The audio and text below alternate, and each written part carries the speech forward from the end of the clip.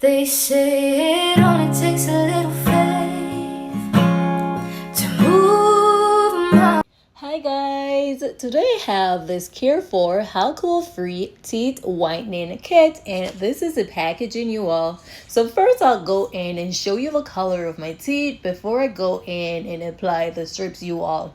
This is how the strip is looking, guys.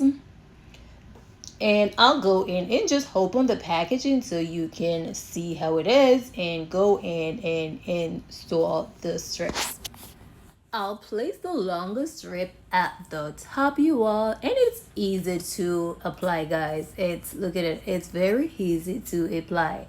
Now I'll go in with the shortest strip and I'll place it at the bottom, you all. The instruction reads, use once per day and leave on your teeth for 30 to 45 minutes to achieve whiter and a more radiant smile.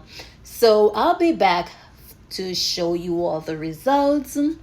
This is how my teeth looks after 2 weeks, guys, with only using once per day, and I'll leave it on for a little over 45 minutes.